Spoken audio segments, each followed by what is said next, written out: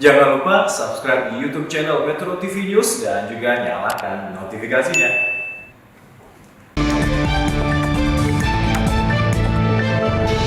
Menimbang urgensi studi banding DPR.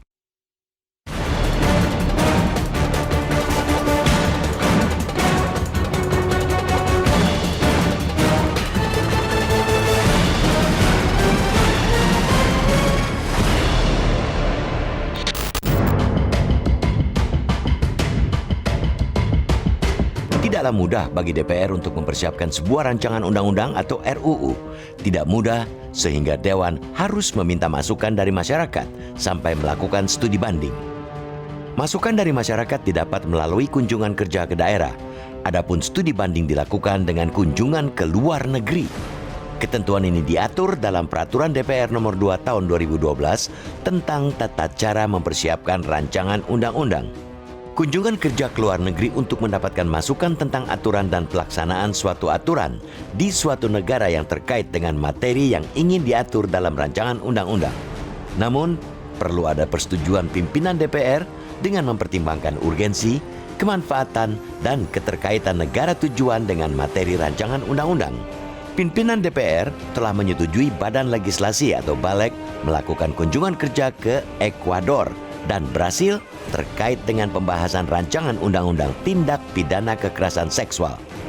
Dari sisi kemanfaatan, rancangan undang-undang tindak pidana kekerasan seksual memang harus segera diundangkan. Kekerasan seksual sudah mengganggu rasa aman seseorang yang sepenuhnya dijamin konstitusi. Berdasarkan data Komnas Perempuan, sepanjang 2011 sampai 2019 tercatat 46.698 kasus kekerasan seksual yang terjadi di ranah personal, rumah tangga, dan ranah publik. Akan tetapi, harus tegas dikatakan, tidak ada urgensinya Balek DPR melakukan studi banding sampai melintasi benua. Untuk apa studi banding jauh-jauh sampai ke luar negeri, padahal informasi yang dibutuhkan bisa diperoleh dari smartphone dalam genggaman. Kemajuan teknologi komunikasi saat ini memungkinkan Balek DPR mudah mengakses informasi dari luar negeri. Biaya sangat murah, informasinya banyak, dan waktu yang digunakan juga sangat hemat. Studi banding ke luar negeri kehilangan urgensinya karena sesungguhnya kajian akademik rancangan undang-undang tindak pidana kekerasan seksual sudah sangat lengkap. Naskah akademik rancangan undang-undang itu sudah lengkap dengan analisis juga kajian yang mengambil contoh dari dalam dan luar negeri. Yang kurang ialah kesungguhan kemauan politik Dewan untuk mengesahkannya secepat-cepatnya. Eloknya, kunjungan ke Ekuador dan Brasil itu dibatalkan kecuali bila Balek DPR mempunyai tujuan sampingan untuk pelesiran, sekadar senang-senang. Kita percaya, sangat percaya, bahwa tidak ada secuil pun keinginan Balek DPR untuk pelesiran selain kepentingan pembahasan rancangan undang-undang tindak pidana kekerasan seksual. Akan tetapi, publik terlanjur memersepsikan kegiatan itu sebagai kamuflase dari pelesiran atau wisata dengan biaya negara. Persepsi negatif itu berpangkal pada rendahnya kepercayaan rakyat kepada DPR. Semua yang dilakukan anggota lembaga itu cenderung ditanggapi negatif. Kepercayaan yang rendah itu terkonfirmasi dalam survei Indikator Politik Indonesia yang dirilis pada 29 September 2021. Tingkat kepercayaan kepada DPR cuma 50%. Inilah saat yang tepat bagi DPR mengambil langkah nyata untuk merebut kembali kepercayaan rakyat. Caranya ialah membatalkan seluruh agenda kunjungan kerja ke luar negeri, termasuk rencana kunjungan Komisi 1 DPR ke Amerika Serikat, Brasil, dan Belanda. Uang perjalanan dinas dialihkan untuk membiayai pengobatan COVID-19. Kunjungan kerja ke luar negeri tidak pantas dilakukan di masa pandemi COVID-19. Jauh lebih pantas bila uang kunjungan kerja ke luar negeri dipakai untuk membiayai pengobatan COVID-19. Hanya itu cara DPR untuk mengambil simpati masyarakat. Negara ini sangat membutuhkan DPR yang kredibel dan dipercaya rakyat. Keberadaan DPR yang dipercayai rakyat itu ialah faktor penting bagi tumbuhnya demokrasi yang berkualitas. Tanpa DPR, tidak ada demokrasi.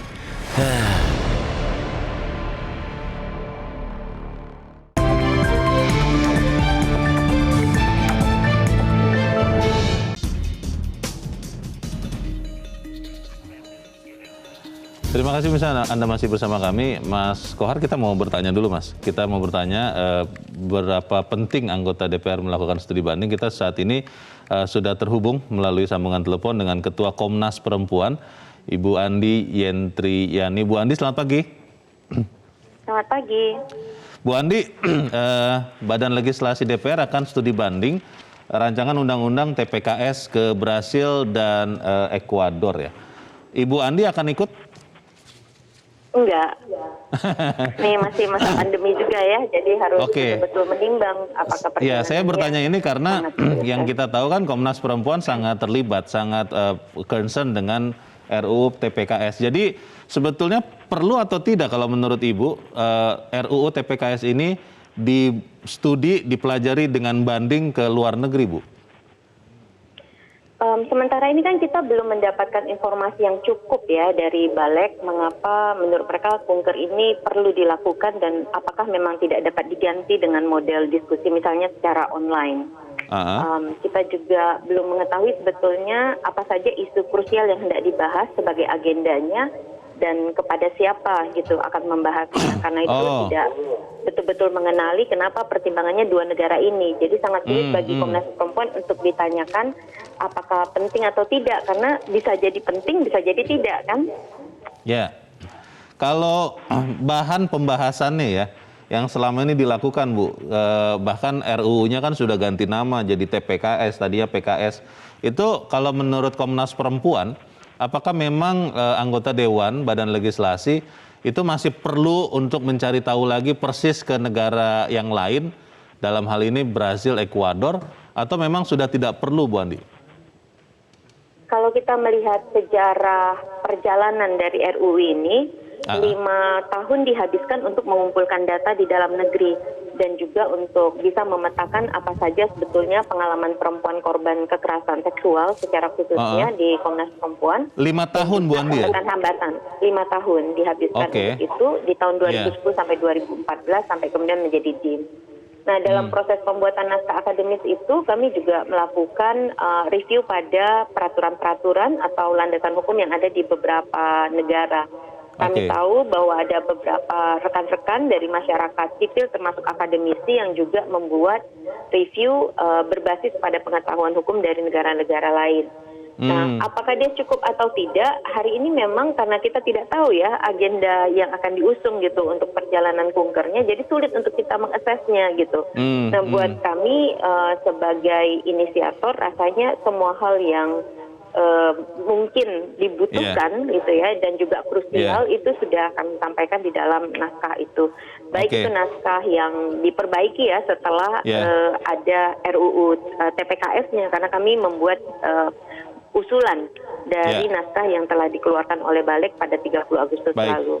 Bu Andi, kita percaya bahwa DPR pastinya tidak sembarangan untuk merencanakan kunjungan kerja. Ketika mereka memilih Brasil dan Ekuador, tentunya punya dasar-dasar yang kuat. Kalau Brasil dan Ekuador, sepengetahuan Komnas Perempuan, Bu, punya undang-undang yang sejenis tidak dengan RUU TPKS yang sedang dibahas ini? Atau memang di sana bagus sekali melindungi terhadap perempuan dari kekerasan seksual atau seperti apa sepengetahuan Komnas Perempuan, Bu Andi? Kami kurang paham juga mengenai kondisi di dua negara ini, meskipun sebetulnya kami tahu bahwa gerakan perempuan di sana cukup kuat, terutama isu-isu yang sangat spesifik ya, misalnya terkait dengan perdagangan orang ataupun juga femisida dan yang lainnya. Tapi secara spesifik tentang kekerasan seksual, seberapa utuh mereka mengaturnya dan apakah secara kontekstual itu sesuai dengan agenda yang dibutuhkan di Indonesia itu kami kurang paham. Bu Andi, pertanyaan terakhir, Komnas Perempuan mendukung atau tidak mendukung rencana studi banding Balek DPR untuk ke Brasil dan Ekuador ini, Bu? Kalau tidak didasarkan dengan informasi yang cukup mengenai agenda pembahasan dan dengan siapa akan didiskusikan, sehingga kita bisa betul-betul menilai apakah tepat atau tidak dua negara ini dikunjungi, akan sangat sulit bagi kami untuk menyatakan setuju atau tidak setuju. Mungkin kalau sudah ada informasi lebih lengkap, kita bisa melakukan assessment-nya. Dan yang kedua, persoalannya sebenarnya bukan kunjungan kerjanya, tetapi akuntabilitas kan.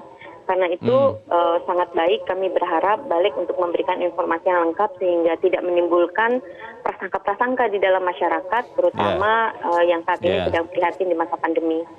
Baik, terima kasih Bu Andi Yentriani, Ketua Komnas Perempuan, sudah mencerahkan kami pagi ini. Selamat pagi Bu Andi. Selamat pagi.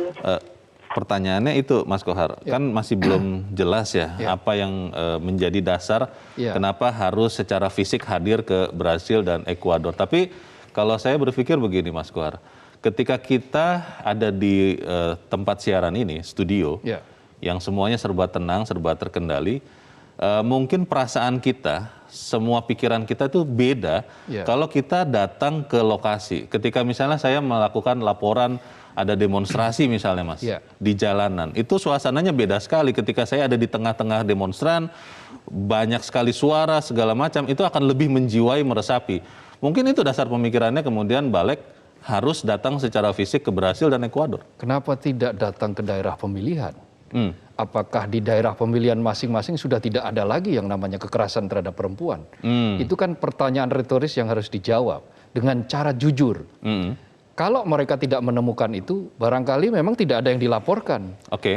Kenapa tidak dilaporkan? Itu yang lebih berguna untuk ditelisik. Dari situ kemudian diambil kesimpulan, berarti apa pasal-pasal yang harus dilakukan supaya para korban kekerasan ini berani untuk melaporkan, misalnya. Atau korban kekerasan terhadap perempuan di bawah umur, perdagangan manusia. Nah, di daerah pemilihannya seperti apa? Apa yang terjadi? Di Lampung misalnya, daerah dari mereka-mereka yang punya daerah pemilihan Lampung. Di Lampung itu tren kekerasan terhadap perempuan itu meningkat.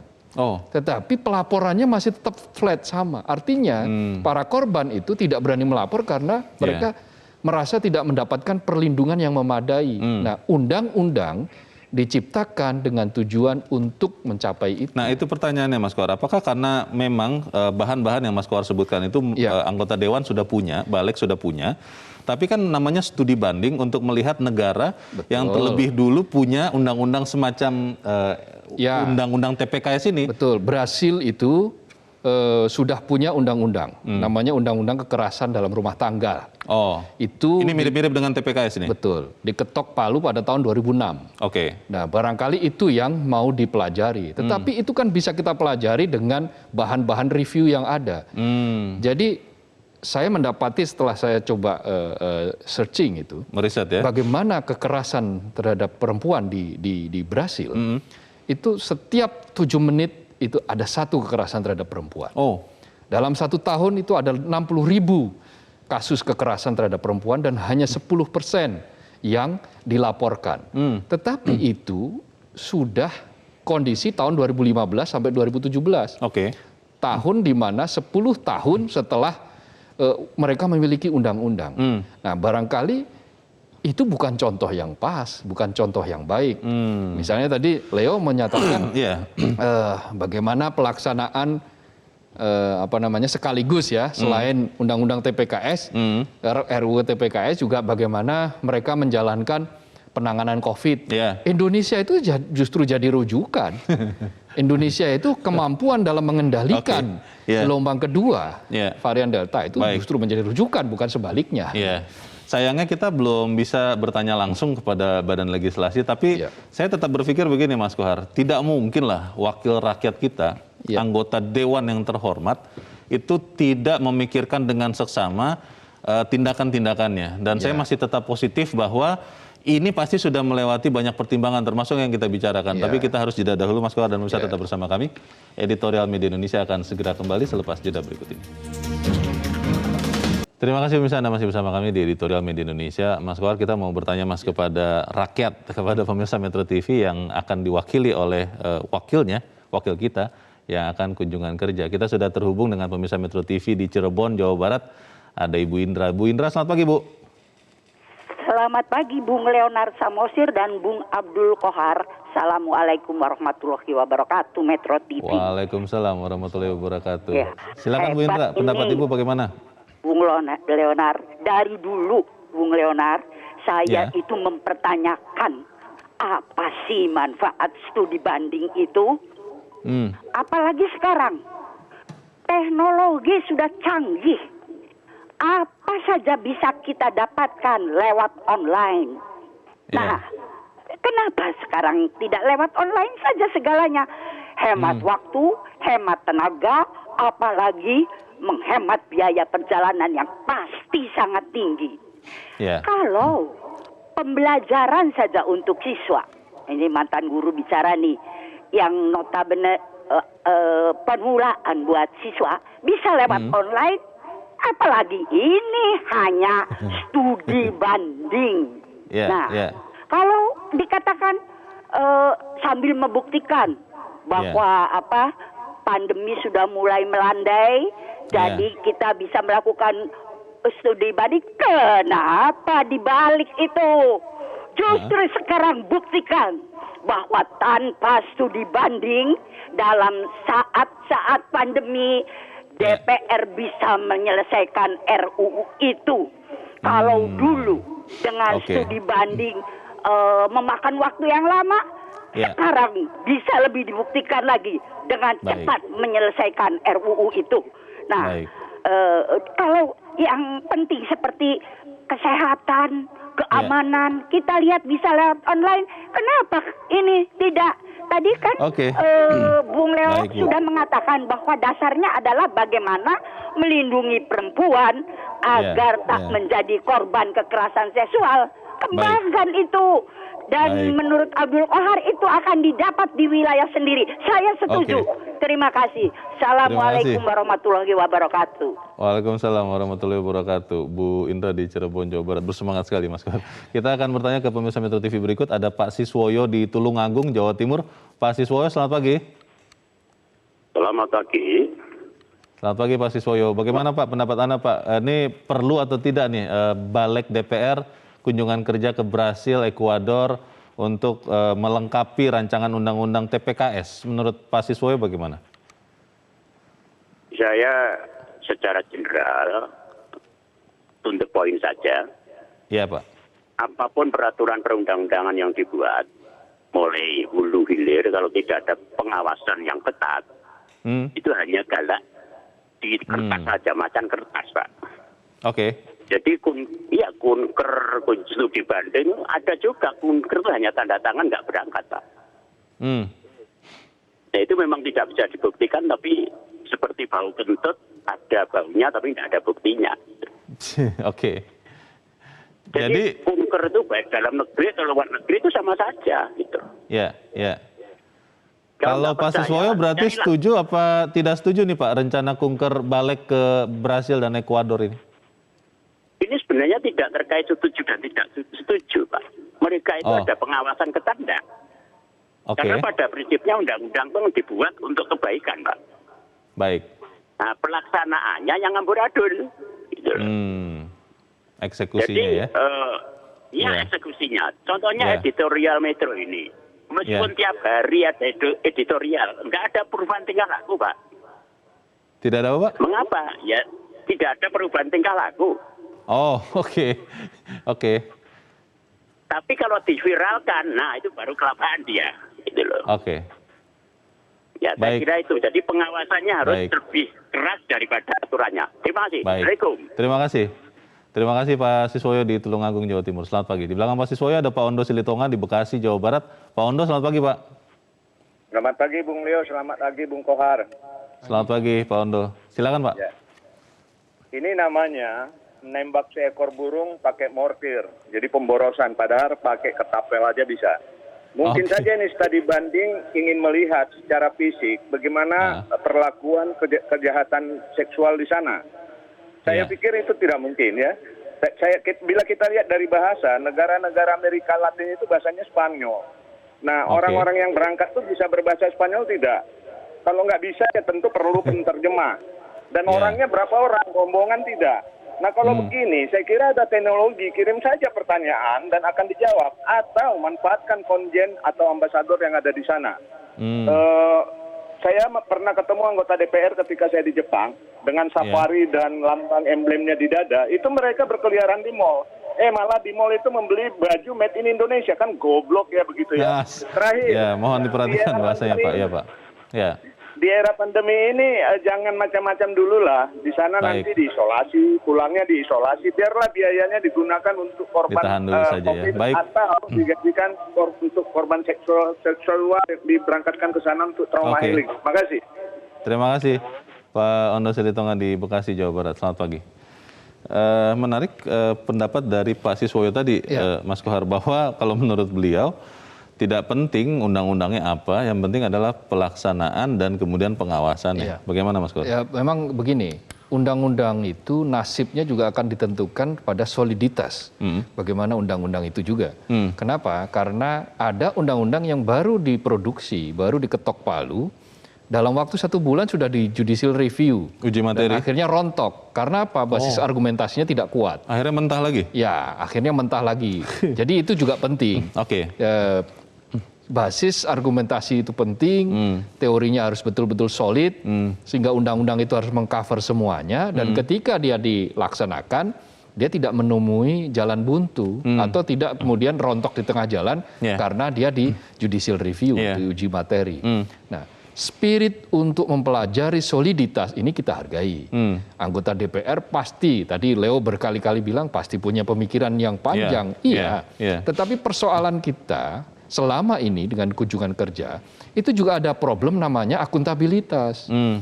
Akuntabilitas, pertanggungjawabannya seperti apa? Capaiannya bagaimana? Hasilnya apa dari kunjungan kerja itu? Hasilnya apa?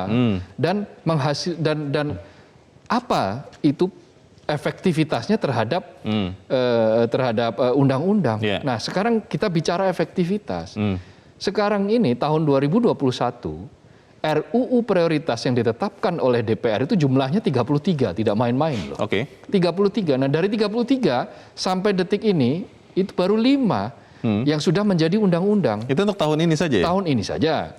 Itu dari 33 skala prioritas baru 5 yang menjadi undang-undang. Sementara kita baru akan menghadapi hanya tinggal 1 kali masa sidang untuk tahun 2021. Itu kan karena pandemi Mas, semua jadi serba terbatas, semua terhambat untuk membahas. Betul, tapi katakanlah dari 33 itu kalau separuhnya kan masih bagus-bagus saja. Nah, ini efektivitas. Sementara RUU TPKS ini sangat penting, sangat urgen, mendesak untuk segera bisa dieksekusi, diundangkan karena korban terus-menerus berjatuhan. Nah, bahan sudah sangat lengkap, diskusi sudah dilakukan di mana-mana, baik offline maupun online. Sudah dilakukan dan berbagai komunitas sudah menyampaikan materi akademiknya, gagasannya bagaimana, lalu kemudian apa yang perlu diperdalam. Dari komunitas, Komnas Perempuan ikut di dalamnya, Aisyah Muhammadiyah ikut, Fatayat NU juga ada. Semua kelompok dilibatkan di dalam ini oleh beberapa kalangan di partai juga sudah serap. Nah, apalagi yang mau diserap gitu loh. Kalau kemudian balik yang akan berangkat kemudian menyampaikan transparansi dan akuntabilitas sebelum berangkat, bahwa apa yang mau dicapai adalah 1, 2, 3 dan itu nanti akan diperiksa lagi, itu kemudian bagaimana Mas Kohar? Tapi kita harus jeda lagi dan bisa tetap bersama kami. Editorial Media Indonesia segera kembali. Terima kasih pemirsa Anda masih bersama kami. Kita di bagian akhir diskusi kita pagi ini. Mas Kohar, kalau kemudian Badan Legislasi memaparkan sebelum berangkat yang mau kita capai 1, 2 dan seterusnya, dan itu memang kemudian tidak bisa kita dapat, tidak bisa balik dapatkan kalau hanya lewat internet, hanya lewat online, memang harus benar-benar datang, kita akan restui tidak balik ini? Jadi lagi-lagi soal urgensi dan efektivitas. Sekarang situasi masih pandemi. Brazil itu tingkat penularannya masih jauh lebih tinggi daripada Indonesia. Sekarang ini ya? COVID ya. Itu jadi akan sangat tidak efektif untuk belajar tentang undang-undang itu sekarang langsung ke tempatnya. Secara fisik datang ke sana? Secara fisik datang ke sana. Tidak ada urgensinya.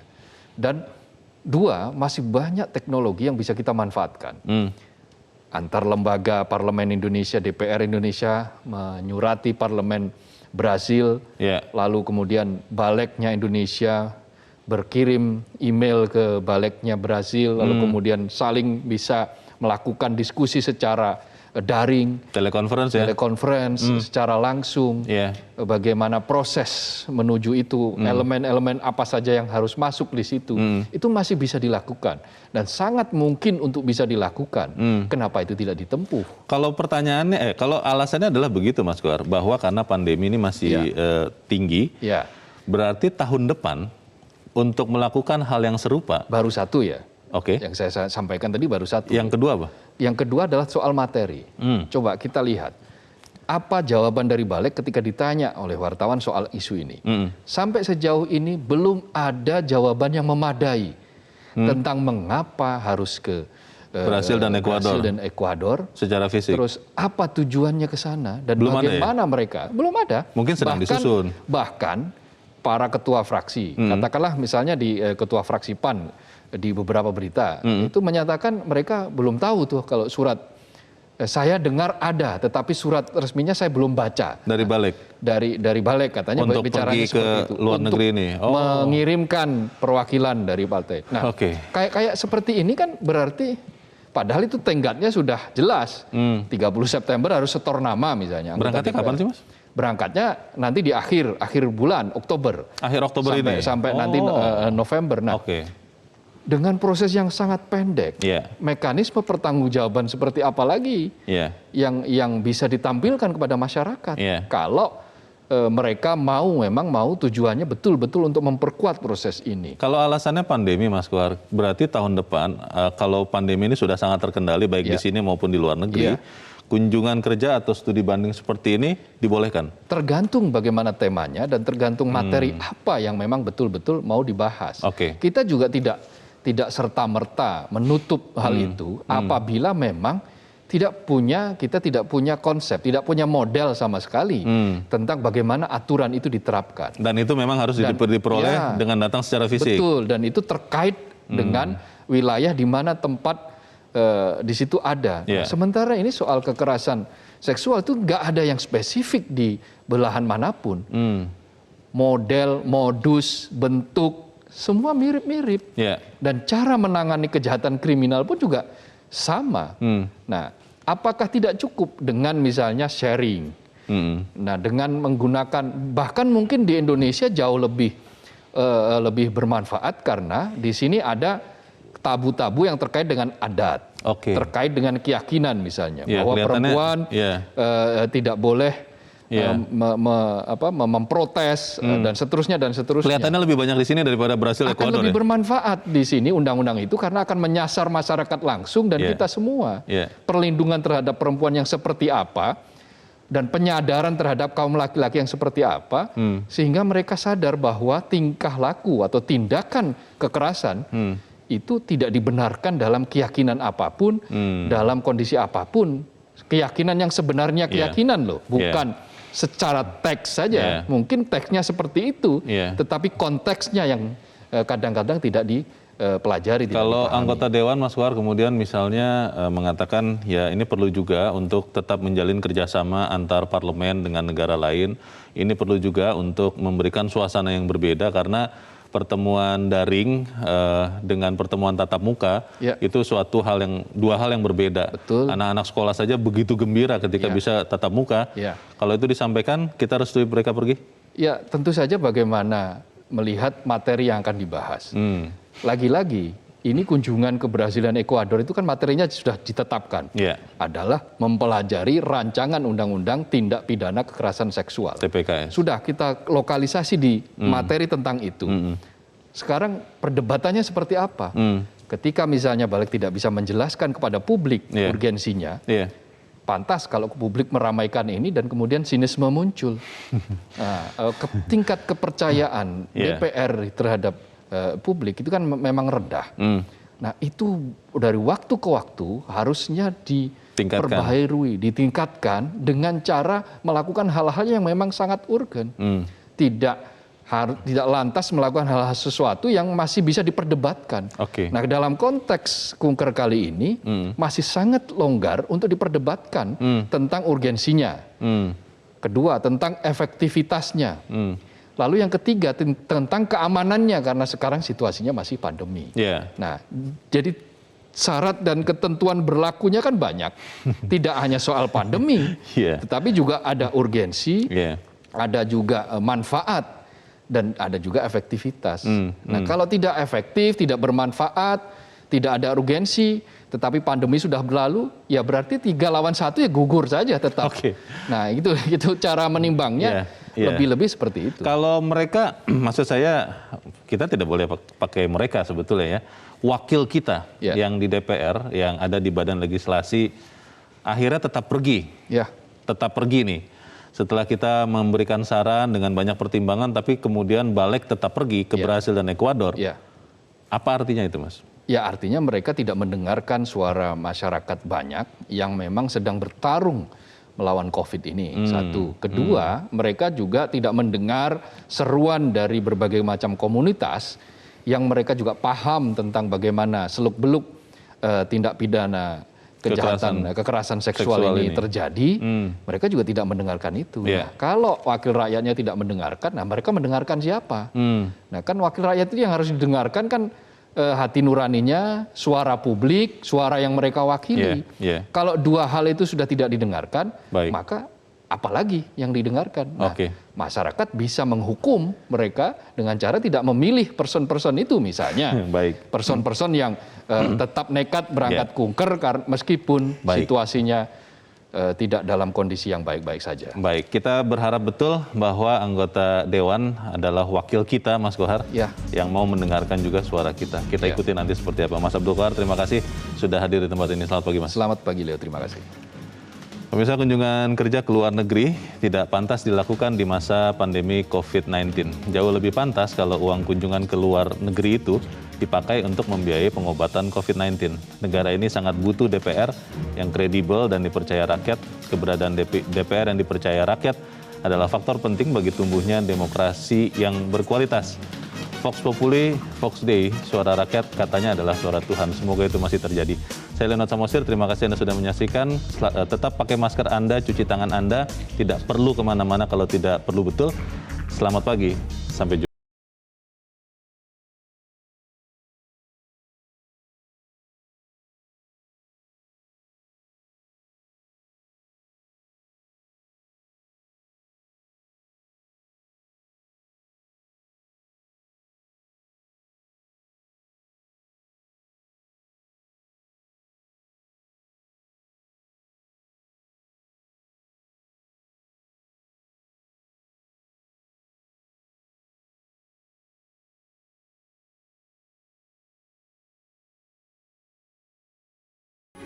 Metro TV